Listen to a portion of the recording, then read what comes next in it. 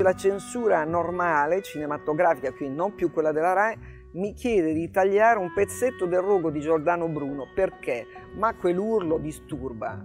A uno che gli stai bruciando i piedi, caccia un urlo, io ho dovuto tagliare quasi tutto l'urlo di Giordano Bruno. Sembra, parliamo del mondo delle fate.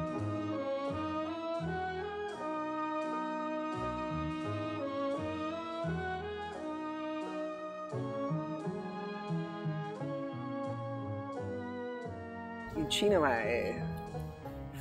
che sono personaggi e quei personaggi lì possono avere la loro storia privata, chissà come, lì fanno quella cosa che vuoi tu e devono esprimere quello che tu hai in mente di esprimere.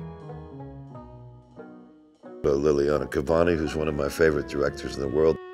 Liliana Cavani, una donna nel cinema.